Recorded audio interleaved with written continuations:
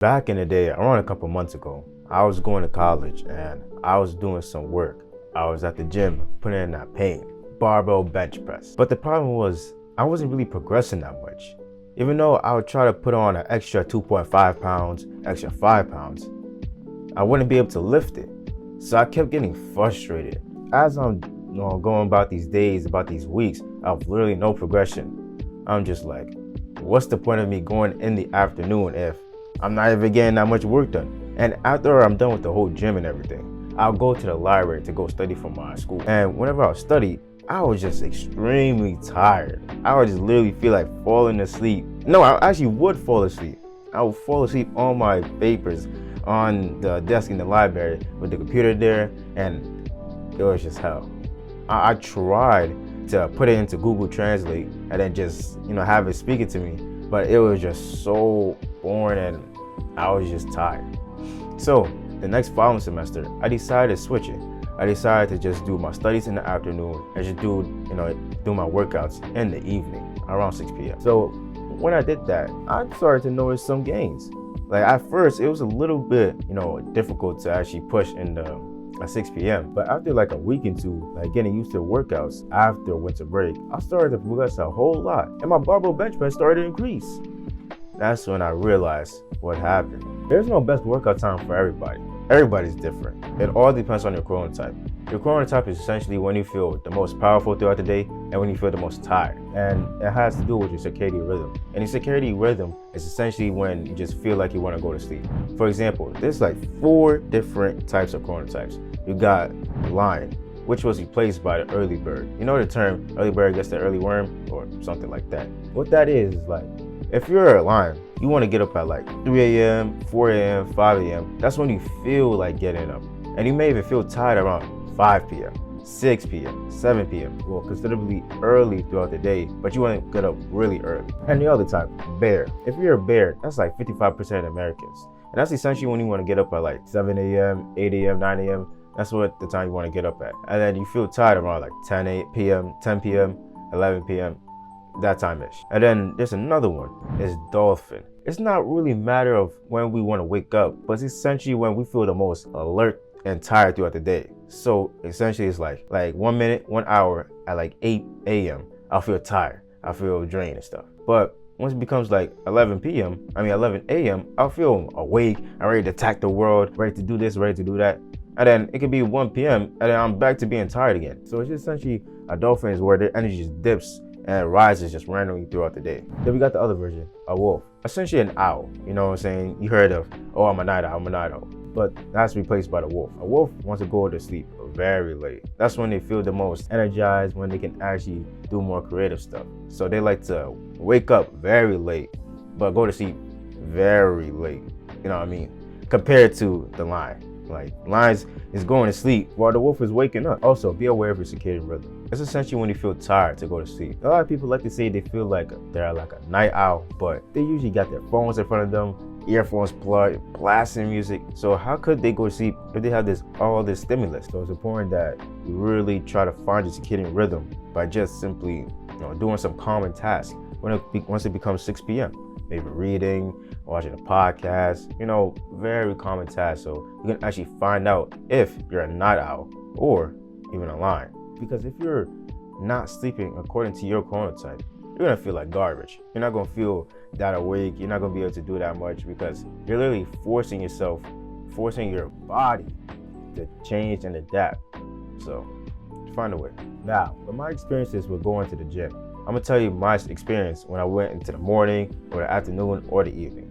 So the one pro with the morning is that once you get it done in the morning, you're gonna feel awesome and great mentally throughout the day because you know that you got the hard work done. You don't gotta worry about it later. So that's a plus.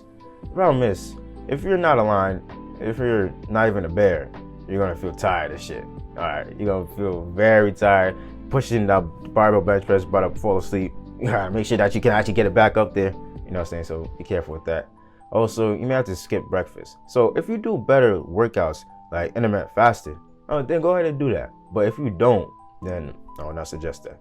Because even when you eat before, you're gonna feel nauseous. I used to have like a whole bunch of eggs just before a back squat workout.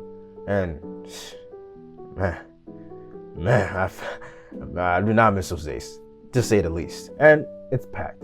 Like a whole lot of people go in the morning.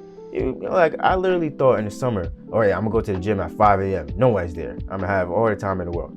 Literally, it was packed to the brim. Like no seats were open. People were waiting on certain benches. Now I did go to Planet Bummers, but the problem was that I couldn't get onto no workouts. There'll be people there hogging all the dumbbells. So, you know what I'm saying? Be aware of it being packed. Now with the afternoon, you don't gotta worry about nothing being packed. It is empty for a reason, because that's like not the most often time that a whole lot of people could go. Now, people from high school can go after school and stuff, but if you have like a 9 to 5 or like responsibilities you have to handle at that time, you're not gonna have the chance. Also, once you get done with the workout, you're gonna feel very tired throughout the day. You're gonna feel depleted. Unless you're, doing something easy, but if you're actually pushing hard, you're gonna feel tired, depleted. Now you're gonna be able to do mental work afterwards. It's just that your body will just feel so drained and done and dead.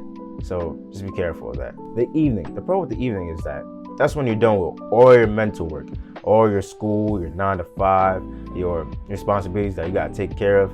That's when you're all done with that, and you could just take out any stress that you gain from it and just on the gym, which is a great feeling, honestly. And the con is that a lot of people know that too, so it's packed, like even more than the morning. Like people are hogging dumbbells, hogging benches, hogging machines. I mean, they're probably even hogging the rugs and stuff, like even hogging the wipes. So be careful of that, because it gets extremely packed. Also, when you get home to cook and stuff, you're gonna be drained, you're gonna be mad tired. So if you can persevere through it, then most definitely. But if you can't do it, meal prepping might be the best thing for you. Here's some actionable steps that you can immediately do right after this so that you can find the best workout time for you.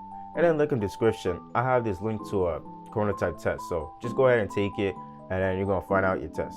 Also, they're gonna show this graph at the end.